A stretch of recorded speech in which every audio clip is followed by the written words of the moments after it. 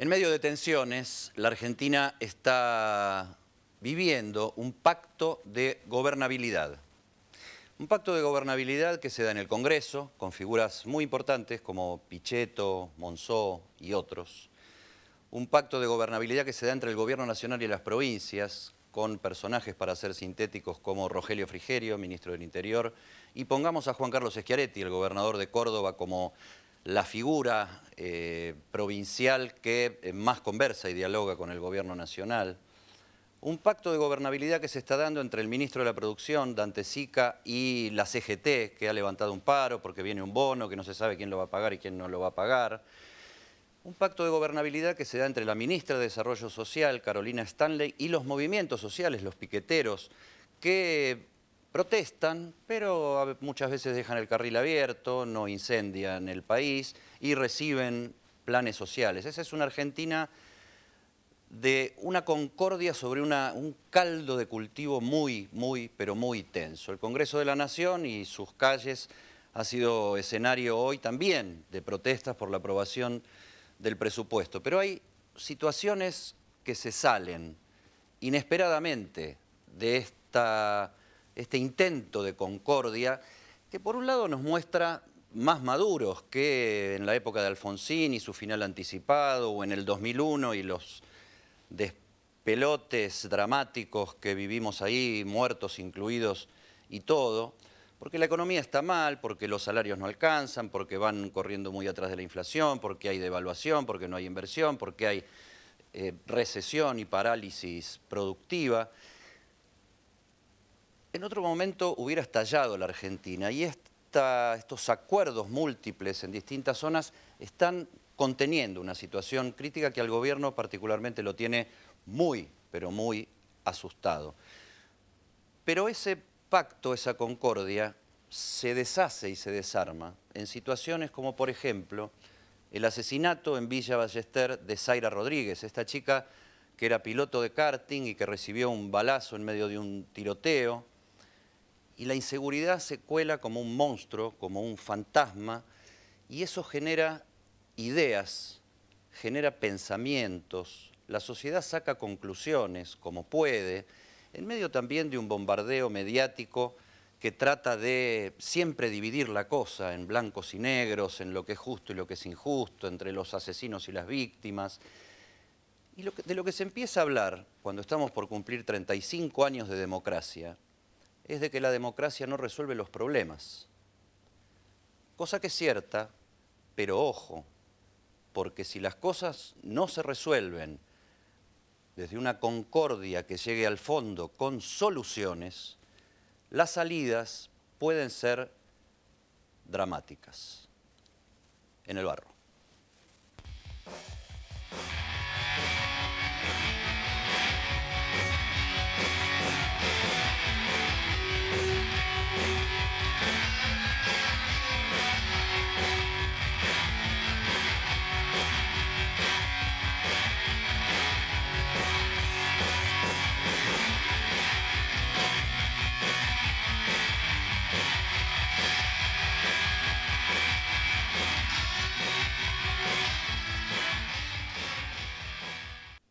Javier Milei es economista, es una nueva estrella del mundo del barro mediático.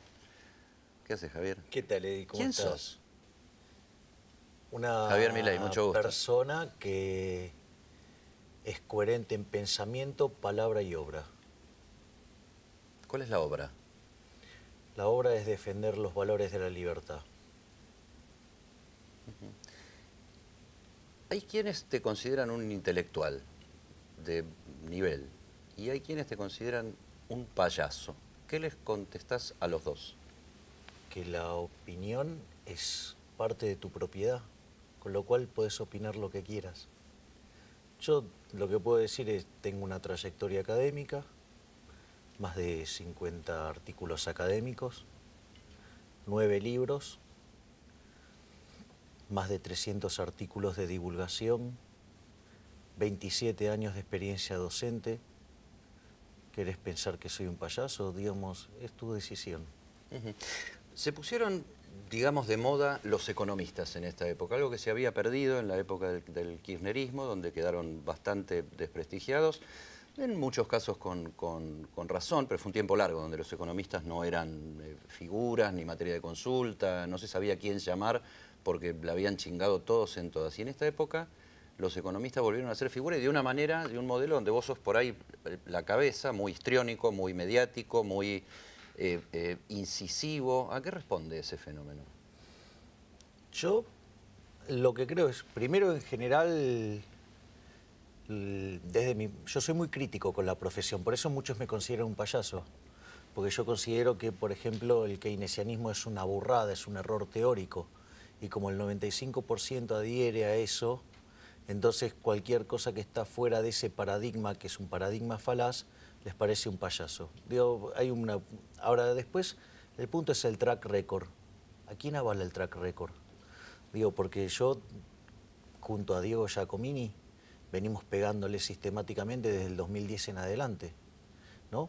De hecho, una de las cosas que nos catapultó a la fama fue un artículo que nosotros publicamos en el diario Perfil, un sábado, que se llamaba Atormentados por el fracaso por el fantasma del Rodrigazo, que era un resumen de uno de nuestros libros que se llama Política Económica contra el Reloj, donde decíamos que la economía estaba al borde de un estallido cambiario y pocos días después pasó.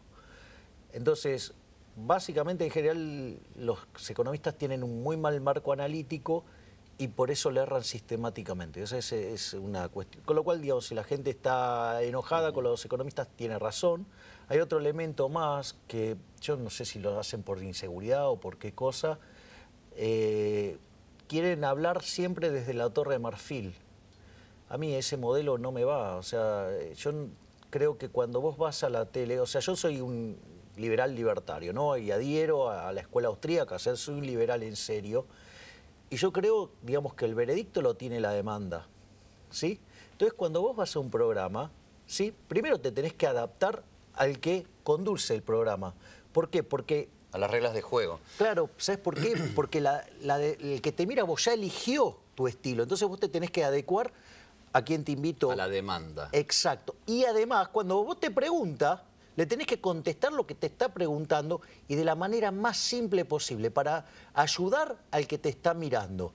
Entonces, ¿cómo te llevas con la fama? Lo considero un error. Dijiste vos, ¿no? Lo que me lanzó a la fama fue un artículo. Sí, sí, digo, eso generó una explosión. De hecho, a mí me hizo reflexionar mucho sobre muchas cuestiones que yo trabajaba profesionalmente y las empecé a trabajar de otra manera. Pero yo lo considero un error tipo 2. Si el error tipo 1 es cuando vos haces todo bien y te sale mal. En el caso mío yo hice todo mal y me sale bien. ¿En qué sentido? Primero, digo, los economistas no son personas populares. Segundo, yo soy especialista en crecimiento, con y sin dinero, una rama súper llena de matemática, una rama que en este mundo argentino de keynesianos, digamos que todo pensando en los próximos 15 minutos, hablar de cosas de 50 años, 100 años, 2000 años, una locura parece. Digamos, además, o sea, soy economista matemático, o sea, hay artículos míos de 25 hojas que tienen más de 100 ecuaciones, o sea, era un nerd escribiendo en la academia. Pero no solo eso, además soy liberal libertario en un país de zurdos. Con lo cual, digo, está todo mal para que alguien me conozca y hago 50 selfies por día. En un país de zurdos, hay una otra moda, diría yo, que es, yo no creo en izquierdas y derechas como maneras absolutas de dividir la realidad, porque me parece que ya no funciona así, que son categorías viejas del siglo pasado. Pero para simplificar nos sigue sirviendo y no le encontramos otra manera. Vos, José Luis Espert y algunos otros, ¿son de alguna manera una derecha simpática desde alguna antipatía que de algún modo protege al gobierno en un centro? Mira, a ver, yo te voy a decir lo que yo soy. Yo no soy de derecha. O sea, yo soy libertario. ¿Sí? Básicamente, para mí sí, las cosas, digamos, hay solamente dos modelos. está el capitalismo y está el socialismo. Cualquier solución intermedia además es inestable y tiende al socialismo, y con los fallos de mercado, digamos, cada vez más. O sea, eso es como marco general. Y después, o sea, yo digo, a ver, yo soy liberal libertario, o sea, creo en el respeto irrestricto del proyecto de vida del prójimo. Entonces, por ejemplo, ¿qué es alguien de derecha? Alguien que es liberal en lo económico, no le molesta con quién vos vas a comercializar, pero es conservador, ¿sí?, en lo cultural, es decir, le molesta con quién te metes en la cama y te lo quiere regular. ¿Quién es la izquierda moderna? Es liberal en lo cultural, pero es intervencionista en lo económico. Yo soy liberal en todos los aspectos de mi vida. Soy liberal en lo económico, soy liberal, digamos, en lo cultural, y además soy liberal en lo institucional. Es decir, soy anarcocapitalista.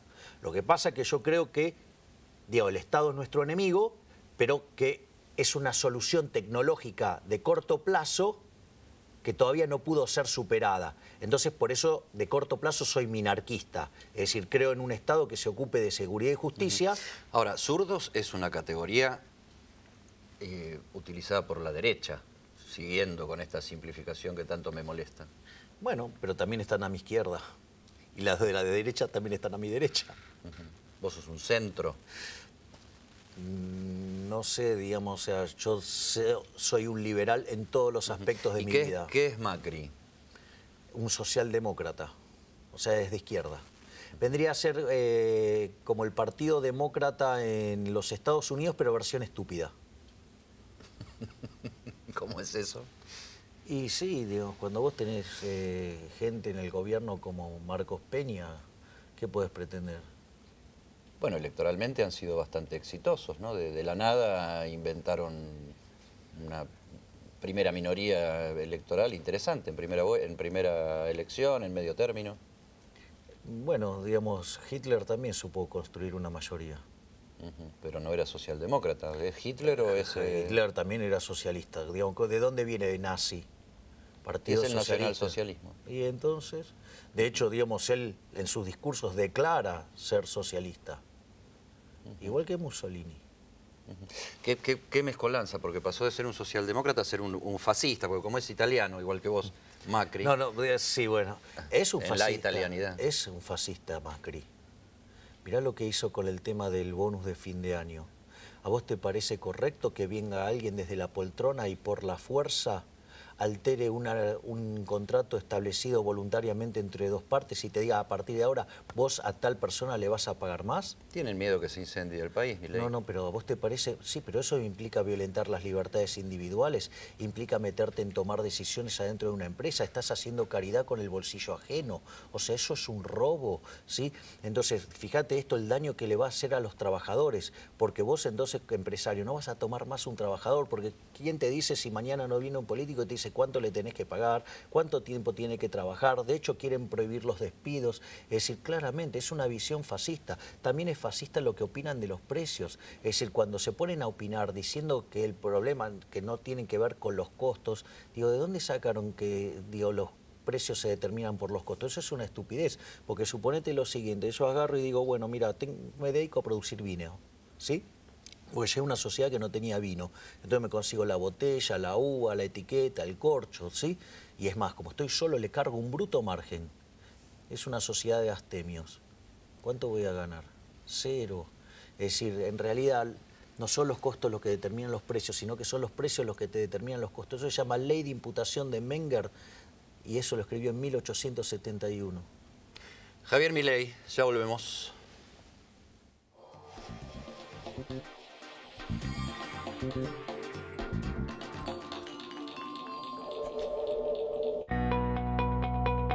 El gobierno de Morón continúa con el plan de repavimentación en los barrios y avanza con nuevas obras de asfalto en Morón, Castelar, El Palomar y Aedo. Ya se asfaltaron 120 calles de tierra e instalaron 9.000 luces en los corredores principales para mejorar la circulación vial y la seguridad zonal. Ponemos en valor tu barrio, crece tu barrio, cambia Morón.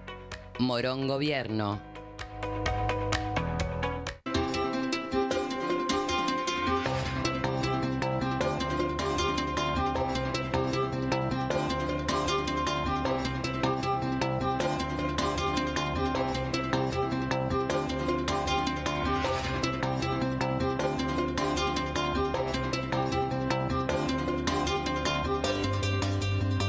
Para que podamos comprar productos de calidad, a buen precio y sin intermediarios, los productores de la provincia están en el mercado en tu barrio. Busca el mercado más cercano a tu casa en gba.gov.ar/mercado en tu barrio. Buenos Aires Provincia. Entre todos, podemos más. En la Ciudad Autónoma de Buenos Aires, vivir mejor es ley. Legislatura de la Ciudad Autónoma de Buenos Aires.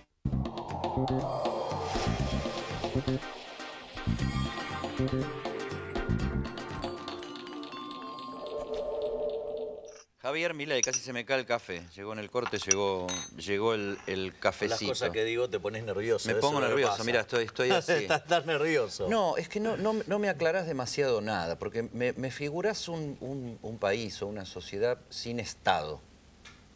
Y yo creo que si vamos a eso, esto es una guerra civil de tribus. Bueno, en principio te diría que por lo menos esto trabaja como una mafia y por lo menos la mafia, digamos, es menos ladrona y como tiene que competir, ¿sí? Por lo menos se ocupa mejor de las cuestiones. En cambio, sin embargo, el gobierno quiere, el Estado quiere el monopolio de la fuerza, quiere el monopolio de la emisión monetaria, es decir, vive despotricando contra los monopolios. ¿Y quién tiene? Esperemos la emisión monetaria porque eso le complica la vida a la gente y el tema inseguridad sí preocupa carnalmente porque muere gente o es asaltado o tiene miedo de salir a la vereda. ¿Quién tiene que tener el monopolio de la fuerza pública? Yo transitoriamente, como minarquista, creo que la seguridad y la justicia tiene que estar en manos del Estado hasta que se consiga una solución tecnológica mejor. Y tecnológicamente, ¿cómo manejas el poder de fuego del Estado? Bueno, el problema es justamente, digo, que estén balanceados los poderes, o sea, digo, pero que no exceda esa función. El problema es que, de vuelta, por eso es inestable. ¿Qué manejas? ¿La policía y la gendarmería con seguridad tecnología? Y justicia. No, en el futuro, digamos, la tecnología Robocop. va a permitir otras cuestiones, porque una de las cosas es, alguien si te quisiera robar a vos, digamos, tendría que, por ejemplo, sorprenderte para robarte, porque si vos sabes que te van a robar, te vas a defender, vas a tomar los recaudos.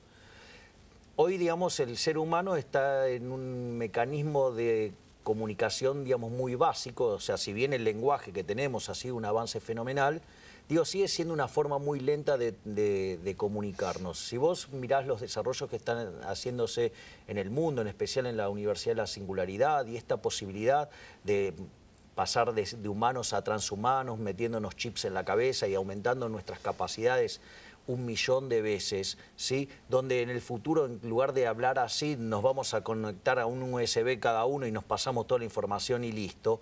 Una de las cosas que va a pasar en un mundo de esas características, primero vamos a ser muchísimo más ricos porque vamos a ser muchísimo más productivos, ¿sí? Y vos fíjate que además, cuanto más evoluciona el ser humano, es menos violento. Mirá la violencia que tenía el ser humano desde el inicio hasta ahora, ¿no? De hecho, digamos, el Homo sapiens, digo, reinó, ¿por qué? Porque mató a todos los otros, ¿sí? Entonces, y ha sido cada vez menos violento el ser humano. Entonces, hacia una situación... Pero cada vez más sofisticadamente violento. Bueno, está bien. Cada vez más tecnológicamente bueno, está bien, violento, pero digo, sí, bueno, pero digamos... nuclearmente violento. Pero veamos el track record final, entonces hay menos violencia. O sea, hoy con el celular, te detecto el celular y te pego un cohetazo en la cabeza desde Moscú. Bueno, está bien, digamos, pero si vos pones en términos de población, digamos, cuánto pesa eso, es cada vez menos. O sea, la violencia es cada vez menor y en tanto y en cuanto, digamos, la sociedad siga evolucionando, ¿sí? Pensá que, mirá, en lo que va del año 0 al 2000, el PBI per cápita se multiplicó por 12,9 veces. Si vos tomás lo que viene creciendo hoy el mundo y le ponés los efectos de la corrección del progreso tecnológico, te da una tasa de 4,25 aproximadamente per cápita. Quiere decir que si no acelerás el crecimiento del PBI, nada, o sea, cosa que cuando vos mirás los datos muestran una aceleración, estaríamos multiplicando el PBI por 60 veces. Es decir, que en un siglo vamos a estar multiplicando, haciendo 4,6 veces más. Plan productivo, que nos quedamos no hay marcas argentinas que pero la gente en el mundo demande. Pero eso es Argentina. Argentina, digamos, de tanto, digamos, combatir al capital, ¿sí? De tanto, digamos, andar estigmatizando a gente, llamándolos gorilas. O sea, la paradoja peronista es que si logran ser exitosos en su proyecto, vamos a terminar todos siendo como los gorilas del futuro. Pero fueron los proyectos liberales los que fueron cerrando el modelo, clausurando un modelo productivo en la Argentina. No es cierto. No fue el populismo. Acá no hay liberalismo desde 1928. Se terminó el liberalismo en 1928. El gobierno de Alvear fue el último gobierno liberal de la Argentina. El gobierno, digamos, el liberalismo en Argentina fue el proyecto de Alberdi, ¿sí? Que arrancó y se puso en marcha en 1860. En 35 años Argentina tenía el PBI per cápita más alto del mundo, ¿sí? Durante la primera parte del siglo XX. Éramos modelos, sí, éramos modelos, éramos cancheros, éramos cool en el mundo. El tema de la moneda, el monopolio de la fuerza, decías vos, el monopolio de la regulación y la emisión monetaria. Y si no la hace el Estado, ¿quién la hace? Bueno, primero hay que ¿O a qué moneda vamos? No, lo primero que hay que entender es que el dinero fue un invento privado. Es decir, que es lo que se llama el intercambio indirecto. O sea, las personas, digo, cuando vos vas al trueque tenés un problema, que es el de la doble coincidencia y de la indivisibilidad. Porque quizás, digamos, o sea, sí, yo te cambio un iPad por 50 tazas de café, pero el problema es que, digamos, o sea, y vos me ofreces 2 tazas de café, yo no puedo fraccionarlo. Entonces, digamos, ¿qué fue lo que descubrió el ser humano? Que había bienes que se podían intercambiar por otros bienes para poder conseguir el bien que vos querías. Se llama intercambio indirecto. Esa forma de intercambio indirecto evolucionó hacia 2 mercancías, que fue el oro y la plata. El problema es cuando los estados agarraron y pusieron el monopolio, digamos, o sea, del curso forzoso y se hicieron cargo de las monedas. El problema arranca ahí. Si no se hacen cargo de las monedas, ¿quién se hace cargo? No hay más monedas. Es que podrían ser privadas. Cada entidad tira, o sea, es una especie de patacones privados, digamos. Exactamente. O sea, monedas por todos lados. De hecho, digamos, se comercializaban las distintas monedas y, por ejemplo, se les tomaba el peso en oro. Es decir, entonces, con lo cual vos las homogeneizabas, o sea, los tipos de cambio estaban bien definidos. Entonces, digamos, yo igual lo que digo es, mira, eliminar el Banco Central, lo primero que hay que entender es que hay que eliminarlo. A ver, Argentina, digamos, podemos decir que la fecha de nacimiento de Argentina es 1860, ponele. Ponele. El Banco Central es de 1935. Fuimos el primer país del mundo sin tener Banco Central. La inflación promedio era 3%. Después tuvimos Banco Central. 1935, 1945 fue mixto. La inflación saltó al 6%. Después vino Perón y nos prometió un camino al cielo, sí, que lo empapeló de dinero. ¿Sabes qué nos dejó? 225% de inflación promedio. Digamos, le quitamos 3 y 0 a la moneda, la destrucción de 5 signos monetarios, 2 hiperinflaciones, ¿sí? Y después, digamos, el repudio, vino la convertibilidad, 9% de inflación promedio, sí, todo concentrado el primer año y medio, y después la inflación más baja del mundo, y después vino el kirchnerismo, primeros 4 años 10, después 20, después 30, este gobierno va camino a 40, podría tener una hiperinflación. Y te voy a decir algo, la locura, a la luz de los hechos, no es no tener Banco Central, la locura es tenerlo. Esa es la realidad. Y cuando vos avances en esto... Yo prefiero que me regule el Banco Central y no Willy, porque este es el que trae la cuenta. Voy a pagar yo, no te hagas bueno, problema. Yo no tenía problema. Es un espía de Barrio Nuevo, no, ¿sabes? Por favor. Del gremio gastronómico. Por favor. Hoy estuve hablando con la gente de la CGT. ¿Sabe que no se va a llamar más CGT ahora? ¿Ah? No, le van a cambiar, va a ser no confederación, sino organización. Para representar a los trabajadores, así pueden estar como el OGT, bueno, no sé cómo termina. No hacía falta. No hacía falta, pero por ahí. Y usted sabe que por una cuestión de... Usted me propone un negocio interesante. ¿Cuál? La venta de vaselina. No quería ser tan explícito tampoco. Pero bueno, pomada china también podemos. Impresionante. Como usted quiera. Qué bárbaro. Pomada manzán. Pomada manzán, pero estamos en los 80. Estamos re de chivo ahí. Impresionante. Usted sabe que Durán Barba lo está asesorando a Macri y Macri no sabe si... Bueno, hace rato. No, sí, pero ahora no sabe si acercarse a la imagen de la gobernadora de la provincia o a Patricia Bullrich. De hecho, ahora le dicen Maipú a Macri. Porque está entre las armas y Vidal. Sutil. Camino a Mar del Plata. Camino a Mar del Plata. Viene el verano. Hablando de La Plata. ¿Qué le puedo cobrar? No sé. ¿Usted sabe cuánto café se podría pagar con la plata de aerolíneas. Me lo dijo Antonia esto. Claro, es como ¿cuántos metrobuses y cuántos cafecitos de Willy? ¿Quién le dice? No lo digas porque este salta, viste que se envenena fácil, Milei. Por favor. Y lo tenemos tranquilo, logré tenerlo tranquilito. Un logro de 10. Impresionante. Totalmente. Un bonito le voy a pedir. Un bonito de 5 lucas, arreglamos 2 cafés. Anda, después vemos. No le cobres a él, no lo atajes ahí con los muchachos. Milei, ¿serías candidato? No. Así de fácil, no. No, siento un profundo desprecio por la política. Creo que es un arte sucio, barato, berreta, de chorros. O sea, pero sí estaría dispuesto a tomar la rienda del Banco Central para eliminarlo. Yo creo que es tan necesaria la política, lo que no quiere decir que esta política, pero sin política no hay acuerdo posible. Pero, lo que pasa es que la usamos para el desacuerdo y los negocios privados. Lo que pasa es que, no, a mí no me parece mal que haya negocios privados. El problema es que vos tengas el monopolio de la violencia. Los negocios privados del político. Ah, bueno, ok, digamos, que se puede ejercer por el monopolio de la violencia. Es decir, yo siempre es muy gracioso, ¿no? Porque dicen, no, estos son unos hijos de puta. Entonces digo, cuanto más hijos de puta crea que son los tipos, vos le darías, digo, a ver, si vos sabés que yo soy un hijo de puta, vos me darías el monopolio de cargar armas. Digo, está claro que si no me das lo que quiero, te voy a reventar la cabeza de un cuetazo. ¿La grieta fue un negocio? La grieta para este gobierno es un gran negocio y que le puede terminar saliendo el tiro por la culata. Yo creo que este gobierno es un desastre, verdaderamente. ¿Que gane Cristina, decís vos? Sí, yo creo que eso puede pasar. Fíjate esto, cuando fue la elección de medio término en 2017 se conocieron unas encuestas un día miércoles que decía que Cristina podía sacarle a Bullrich entre 5 y 10 puntos. Se derrumbó la demanda de dinero, el Banco Central perdió en 2 días 3.000 millones de dólares. No sé cuánto perdió el Banco Nación, porque no lo informaron nunca, ¿sí? Y eso porque parecía que podía ganar, aún cuando en el fondo, digamos, después terminó siendo un éxito. En el fondo preferís, si fuera esa la vida, preferís que reelija Macri y no que vuelva Cristina. No, para mí el problema es que, a ver, yo quiero terminar este punto porque si vos tuviste eso en 2017 y después 30 segundos. Y ganó las elecciones, imagínate hoy con la demanda de dinero reventada, un escenario parecido es una hiperinflación. Y yo no voy a caer en ese dilema porque vos en un avión tenés más opción acá que acá, porque en el avión es pasta o pollo y acá es pasta recontra podrida, asquerosa, repugnante, y del otro lado hay pasta recontra podrida, asquerosa y repugnante con globitos. Pero es lo mismo. Cualquiera de las dos que comas te va a matar. Me dio un poco de asquito. Javier Milei, gracias por meter las patas en el barro. Nos vemos en una semana.